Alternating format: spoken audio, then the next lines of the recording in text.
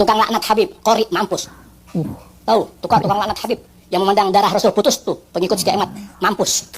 Jasadnya dikubur susah. Tanah kering tapi air terus mengalir di dalam kuburnya. Kuburan menyempit. Kakinya nggak bisa lurus, ditekuk.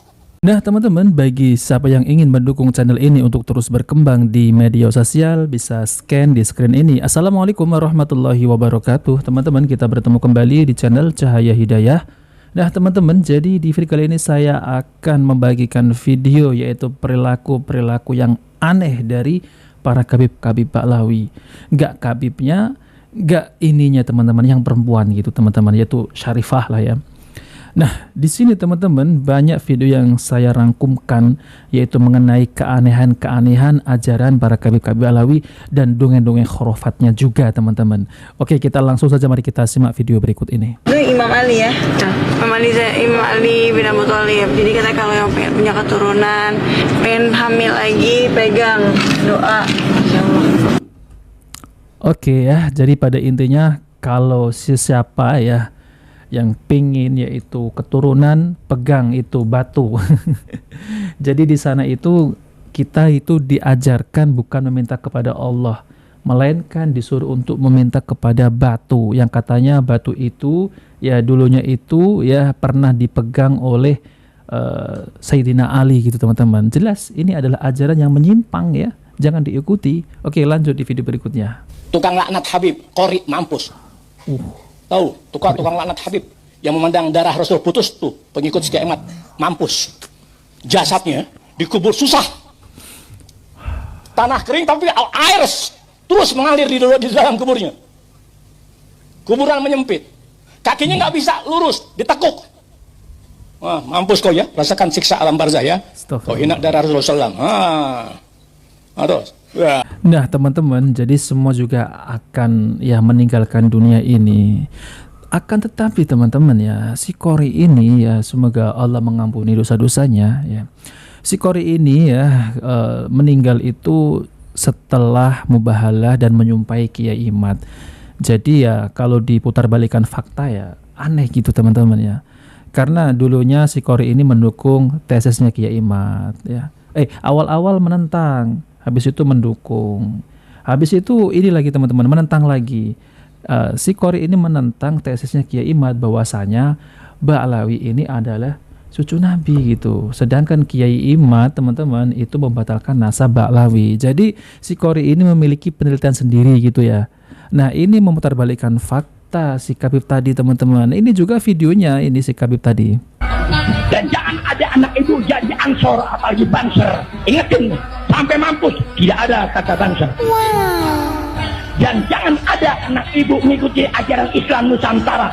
Saya yang bertanggung jawab atas perbuatan laknat mereka.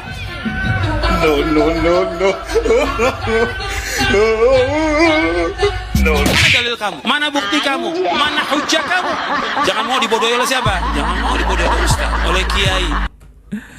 Nah teman-teman ya, jadi si kabib itu kok isinya hanya melaknat ya, marah-marah gitu. Tapi kok kalau saya pikir-pikir ya rata-rata kabib itu kalau ceramah isinya ya seperti itu teman-teman ya, marah-marah, ngamuk-ngamuk ya, melaknat. Jadi pada intinya ya si kabib ini memang ya sudah seperti itu tabiatnya teman-teman ya, caci maki, marah-marah dan lain-lain. Ini Habib, rajanya Habib lain namanya Rahim Al-Makruhi. Nama lengkapnya Habib Rahim Al-Makruhi. Pakai kacamata hitam. Emang 5.000-an. Tapi oke lah ya teman-teman ya, daripada nggak ngasih. Ya masalahnya ini apakah uang yang dikasih ini baru buka celengan ya uang-uang yang dari kuburan atau bagaimana gitu teman-teman ya. Tapi yang anehnya ada kabib yang bisa menurunkan rantai emas dari langit gitu. Nah, tengok lain.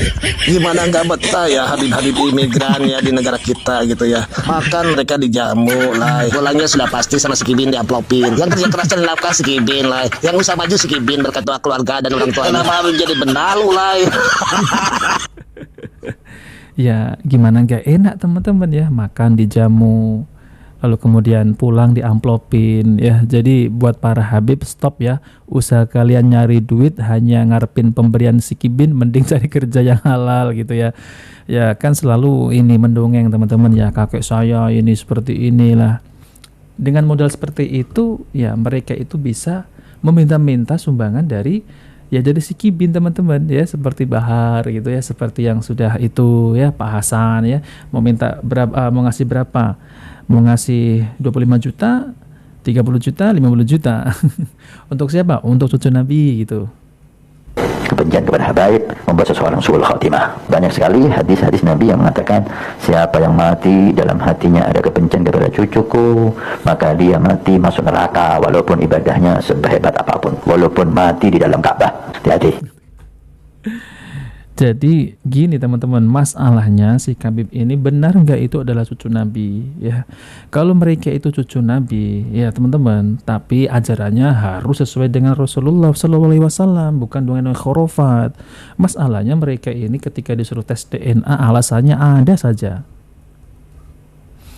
Nah di sini teman-teman ya, ciri khas dari kaum Balawi itu branding ya, dusta dan ngibul. Kalau masalah keilmuan mungkin lebih pinter si Gibin. Lah semua pikiran di panggungnya gitu ya, pribumi di bawah lah gitu ya. Terus permasalahannya apa lah? Karena kehebatan apa? Yang salawat kan pribumi juga lah, mereka nggak jago salawat gitu ya. Terus apanya lah? Apa karena bisa ngomong bahasa Arab lah ya? Naam, sohebin, sohe. Gak ada satupun ya teman-teman ya pribumi yang di atas panggung, semuanya adalah dari klan Ba'lawi. Jadi seakan-akan ya kita itu adalah ya kasta yang paling rendah gitu ya. Walaupun ada larangan bagi klan mereka ya tentang tidak boleh menikahkan Habibah dengan Habib gitu ya. Tahu sendiri kan itu harus mengembalikan keperawanannya. Ini tidak berlaku lah kalau orang yang menguntungkan kayak Soma ini. Soma yang menguntungkan lah bagi mereka lah, kuat lah basis mereka. Nah teman-teman yang dimuliakan oleh Allah Subhanahu Wa Taala, jadi video yang terakhir ini adalah Ustadz Abdul Somad teman-teman. Nah teman-teman, jadi Ustadz Abdul Somad ini itu istrinya adalah dari Ba'lawi, ataupun mereka sebut adalah syarifah gitu teman-teman. Padahal teman-teman ada fatwa yaitu dari para kabib-kabib Ba'lawi.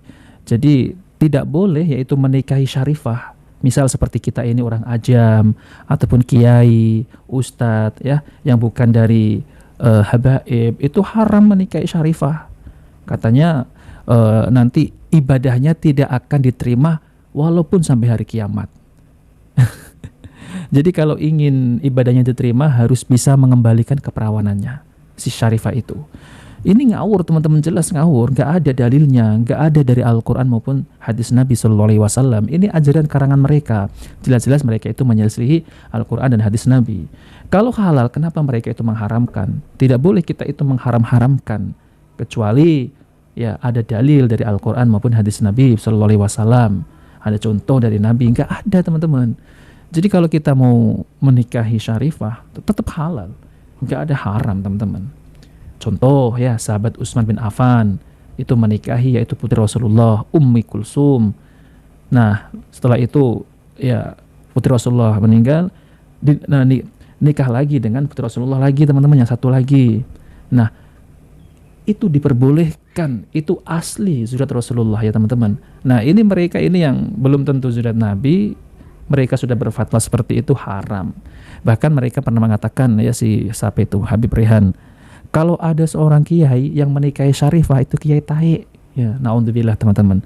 Nah ini sekarang kita kembali ke Pak Somad. Pak Somad kan orang ajam, ya seperti kita, pribumi Nusantara.